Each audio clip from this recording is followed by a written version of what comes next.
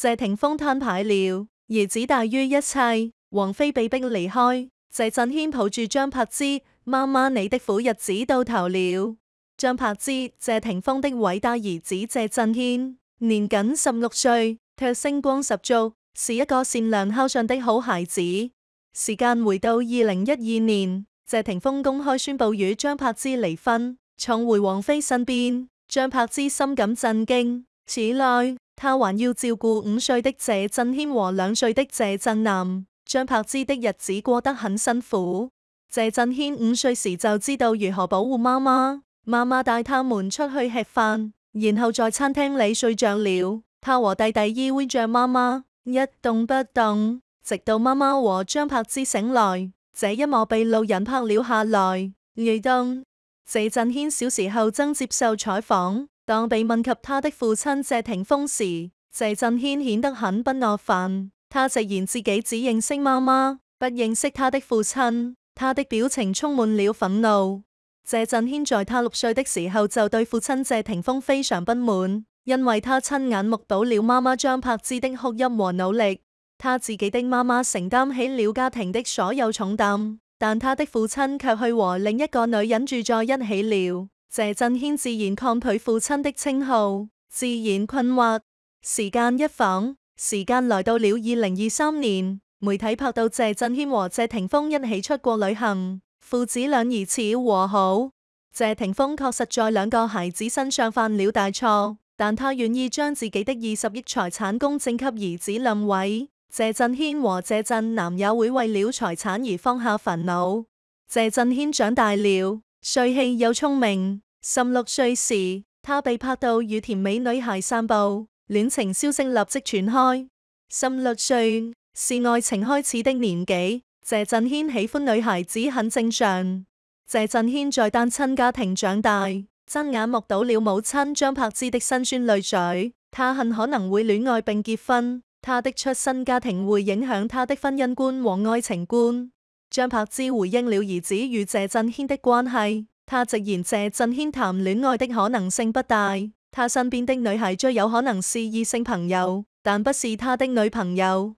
張柏芝透露，謝震軒成績很好，專注學習，至於感情方面，以後也會有這樣的事情，但現在不太可能發生。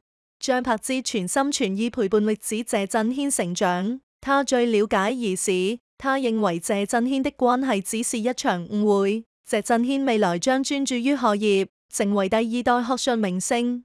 畢竟謝霆鋒年紀大了，也懂得陪伴的重要性，他開始和孩子走近，不再一直守在王菲身邊。在娛樂圈的鎂光燈下，明星的私生活往往被無限放大，成為公眾茶餘飯後的談資。謝霆鋒、王菲與張柏芝3人之間跨越數十年的情感糾葛，更是被演繹成一部跌宕起伏的世紀連續劇。近期，一則謝霆鋒攤牌，兒子大於一切，王菲被逼離開的消息再度引爆輿論，而謝震軒一句媽媽你的苦日子到頭了的深情告白，更讓這場情感風暴達到高潮。本文章通過梳理事件脈絡，剖析人物心理，還原這場情感大戲背後的真相。1. 情感糾葛的起點：風飛戀與風之戀的碰撞。謝霆鋒與王菲的戀情始於2000年，彼時王菲已是華語樂壇天后，謝霆鋒則是初出茅廬的暴逆少年。兩人相差11歲的姐弟戀因一場世紀牽手而轟動娛樂圈。王菲一句什麼叫看起來就是很甜蜜的回應，更是將這段戀情的甜蜜與高調推向極致。然而，年輕氣盛的謝霆鋒在經歷與張柏芝的合作後，情感天平逐漸傾斜。2002年，風之戀浮出水面，謝霆鋒一句我們只是兄妹的辯解在緋聞面前顯得蒼白無力。2006年，謝霆鋒與張柏芝閃電結婚，婚後育有2子，謝震軒 Lucas 與謝震南 Quintus。然而，婚姻的甜蜜並未持續太久。2008年艷照門事件爆發，張柏芝陷入輿論漩渦，謝霆鋒選擇力挺妻子，稱過去就過去了。但真正擊垮這段婚姻的是2011年飛機上的世紀同框張柏芝與事件始作俑者陳冠希的合影。徹底擊碎了謝霆鋒的心理防線。2012年，兩人宣布離婚，結束6年婚姻。離婚後，謝霆鋒與王菲在2014年復合，被媒體稱為風飛戀3.0。然而，這段戀情始終伴隨着爭議，王菲被指介入風之婚姻，謝霆鋒則因對兒子陪伴時間較少而備受詬病。2025年5月，日則謝霆鋒攤牌，兒子大於一切，王菲被逼離開的消息，再次將三人推向風口浪尖。2. 謝霆鋒的攤牌，父愛與責任的覺醒。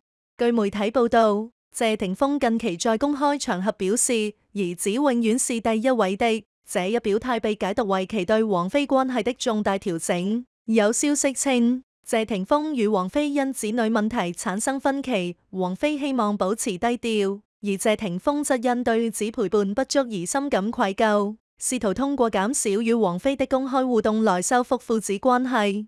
1. 謝霆鋒的育兒方式，物質補償與情感缺席。謝霆鋒對子的愛從未缺席，但表達方式卻飽受爭議。他為兩子設立3億教育基金，卻因長期在內地發展事業，與兒子聚少離多。謝震軒曾在採訪中透露，爸爸很忙，但我們理解他。然而，這種物質補償式的父愛，是否足以彌補情感上的缺失？張柏芝則暗諷兒子別像他爸，疑似對謝霆鋒的育兒方式不滿。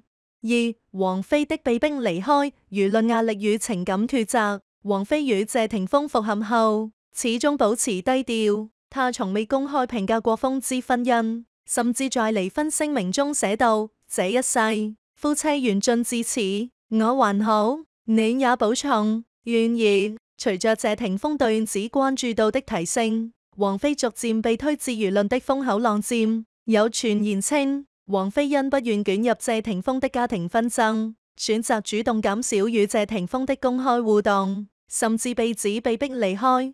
3. 張柏芝的苦盡甘來，單親媽媽的堅韌與格局。離婚後的張柏芝獨自承擔起撫養兩個段子的重任。她曾公開表示：我的生活重心就是孩子，從育女掌門人到單親辣媽，張柏芝用行動詮釋了母愛的偉大。1. 母子情深，謝震軒的深情告白。2023年，16歲的謝震軒在母親節向張柏芝告白：媽媽，你是我這些年來最愧疚的人，我明白你一個人撫養兩個孩子有多辛苦。這一番話讓張柏芝淚流滿面。謝震軒的成熟與感恩離不開張柏芝的教育，他從未在孩子面前抱怨過謝霆鋒，而是教導他們尊重父親。這種不把父母糾葛壓在孩子身上的格局，贏得了謝霆鋒與謝賢的公開讚譽。2. 事業與生活的平衡，從低谷到重生。離婚後的張柏芝事業一度陷入低谷，但她並未沉淪，而是通過綜藝、直播帶貨等方式重新回歸公眾視野。2025年，她以一襲紅裙亮相時尚紅毯，視為待遇彰顯其影響力。儘管感情生活成謎，但她始終以獨立女性的形象示人。2018年，她宣布生下3胎兒子 Marcus， 生父身份至今未公開，僅透露感情佔比不重要。這種為母則剛的態度，讓她在輿論中始終佔據道德高地。